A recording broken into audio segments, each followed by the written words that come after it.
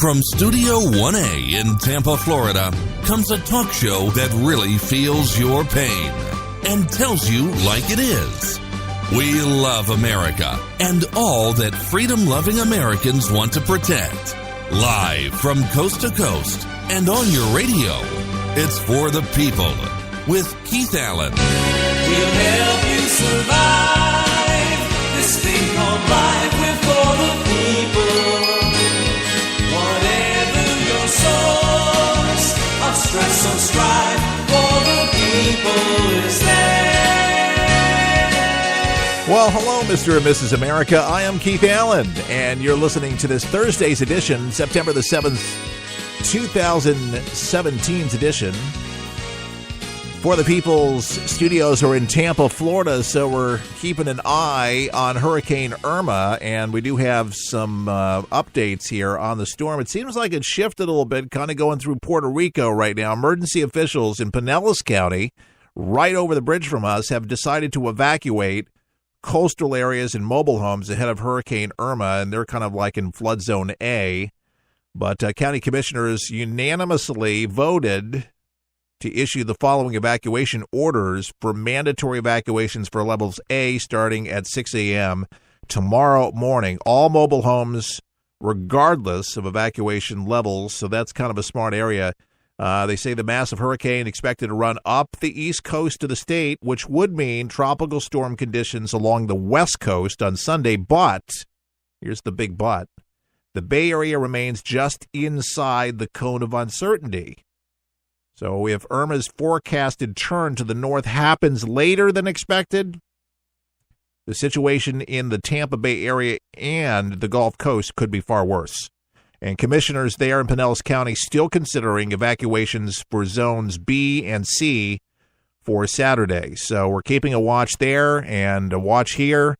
And, man, their supplies are thin, tempers are short, lines are long. And that's the situation. I did get a great tip. If you did not listen in to our first hour, didn't have the opportunity to do it. By the way, if you miss an hour of For the People, you've certainly missed a lot. You can always pick up the extra hour at forthepeopleshow.com if your radio station doesn't carry the hour that I mentioned. But if they don't, maybe you just send them an email and say, hey, you got to carry both hours. But enough of you do it, they might do it. They might hear you. And they do listen. So here's a tip for you. So what happens, and it's some nice lady at Walgreens had shared this with me, but she was buying some Duracell 9-volt batteries, all right? And, you know, you want to stay in communication with your peoples. You want to be on the internet and all that stuff. And what if it dies and you're without electricity? Well, you can charge your cell phone with a 9-volt battery. No matter what cell phone you have. Just as long as you have this. A cigarette lighter, okay, that you charge your phone with. You already have that in your car if you have one. Okay, you can buy them. They're like 99 cents at Walgreens or at CVS.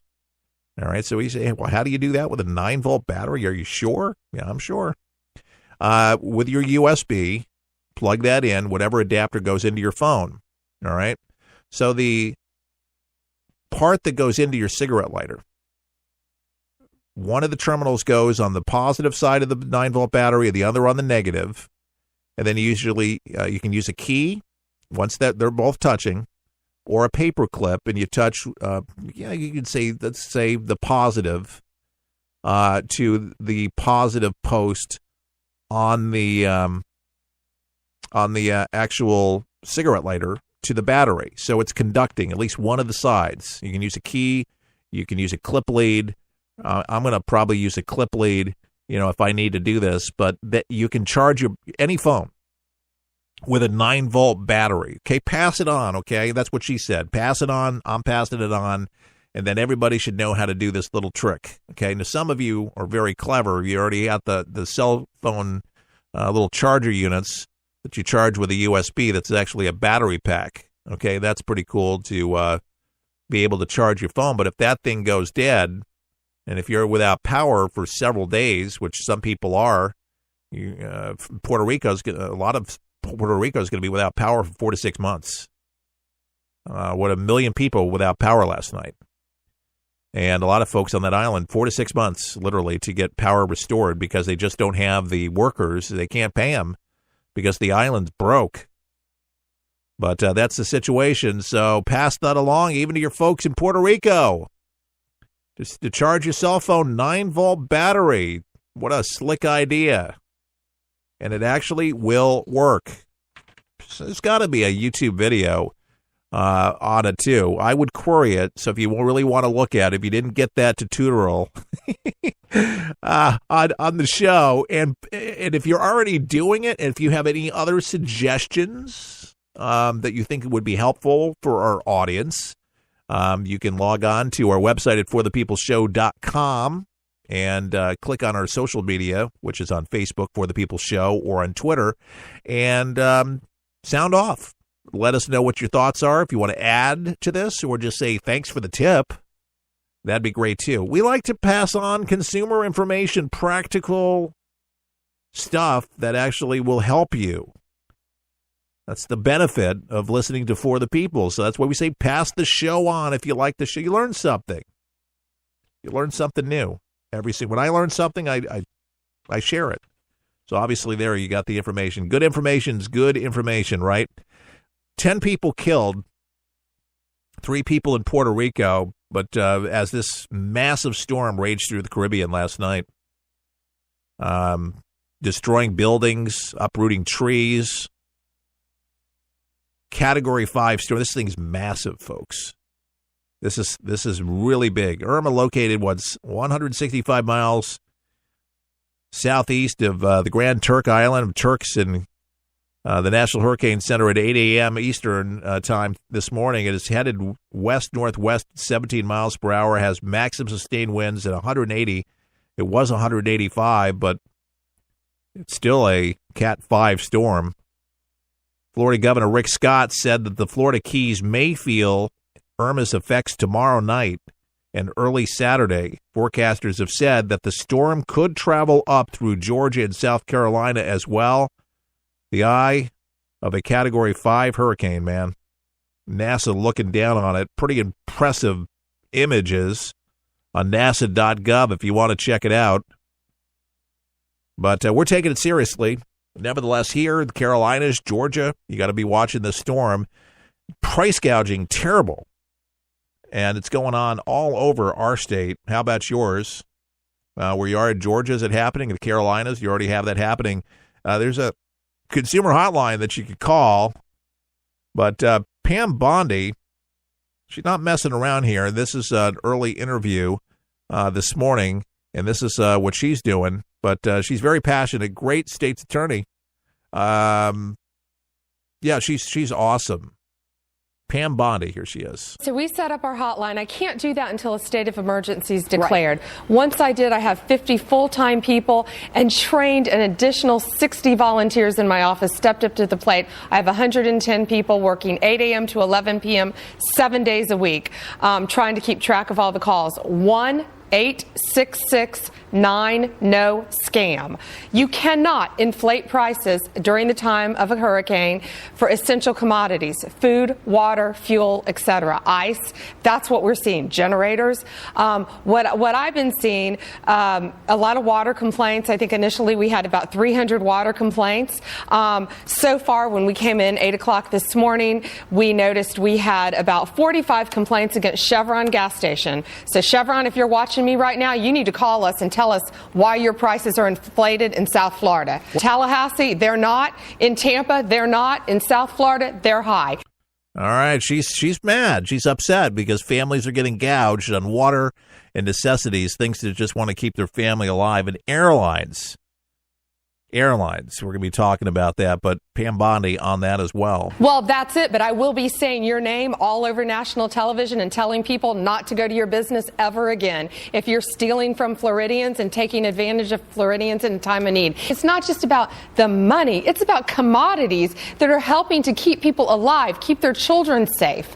And, you know, we've heard there were issues with the airlines. I don't regulate the airlines, FAA and DOT, Department of Transportation. I've been on the phone with the White House. They've been involved. I said, let me talk to the airlines. American American Airlines stepped up to the plate. $99 flights. Good. Anywhere out of 5 South Florida cities, one way. They're waiving change fees and they're flying pets for free. I asked them to do that. Thank God. Delta, That's great. $3.99. All the states waiving pet fees. United stepped up to the plate. JetBlue. The airlines are all coming together. That's what we need now. Right. Home Depot called me, said, what do we need? I said, well, I know they ran out of plywood at one Home Depot. They're having trucks coming in, and the Governor Scott's helping with that, with bringing the trucks in, delivering Home Depot. In one day in Florida, 355,000 pieces of plywood were sold. All right. So Florida residents just trying to escape the hurricane. Some people are just trying to fly out, and some airlines skyrocketed their prices. Fox News Channel reporter John Roberts tweeted a screenshot showing a one-way flight. This is no kidding, from Miami to Atlanta for $6,300. $6,300 from Miami, Florida to Atlanta, Georgia. Typically $200-$300. Just looking to fly out of the Hurricane Irma's path, just to be prepared. $6,300? Are you kidding me? Roberts noted, however, an economy seat on American was a bit cheaper for $1,800. $1,800 to go to Atlanta from Miami? Are you kidding me? American Airlines replied, it's not usual for the last seats on a flight to cost more, and added it is increasing the number of flights for those trying to get out of the way of the most powerful hurricane ever recorded in the Atlantic. Well, thank you very much. Not until pressure. Not until people will sound off the alarm and embarrass them on television. Thank God for Pam Bondi calling out Chevron for gouging prices in Miami, where people are waiting hours and hours for a gas truck to fill up their gas station. How dare they do that? It'll be the last time I go to Chevron. I don't go to Chevron anyway. Yeah. So anyways, it just angers me that people do that. Shame on you. And people are sounding off. They don't like it. Shame on you. And here's another one. Jacking $547 ticket to over $3,200 for people trying to evacuate responsibly. Budget carrier JetBlue, on the other hand, capped its prices at $99. And guess who followed after him? American soon followed the suit. Thank you. American Airlines now capping pre-tax fares at $99 for direct flights out of Florida. But prices on flights to Miami were much cheaper, though. It's most likely the journalists at the moment who want to fly into the path of Irma. Fly to Miami ticket was $81 somebody got it for, wanting to go into the storm. But price gouging during times of disaster is illegal in Florida. We heard from Pam Bondi. It's illegal anywhere. When there's a storm, I mean, they have suspended taxes, but people are charged tax. I was charged tax for water the other day. I haven't called the hotline, felt like it, but they're not supposed to do it. I mean, they suspended tolls throughout the state so people could just move through freely. Don't have to worry about, tolls, because people are having to spend their last money on gasoline if they can get it to get out. But this is what people are having to deal with. And if it's not stressful already, people will not forget it. Comcast, by the way, and AT&T are offering free Wi-Fi hotspots throughout the state, and you can go on to their websites to find out where you can get free internet access, free Wi-Fi, because maybe your cable's going to be knocked out, or you're in an area where you don't have Wi-Fi, or you just don't have internet connection. Well, they're offering their services for free. And isn't that the right thing to do anyway? But it's nice. And a lot of people just are not they're not thinking that way. They're just not in it. There's a lot of greedy people out there taking advantage of folks. And it's understanding, one, to have a business, but to take advantage of people because they need it. I heard somebody paid $99 or $100 last week for water. That's just absolutely crazy. But if you know anybody that's trying to get out,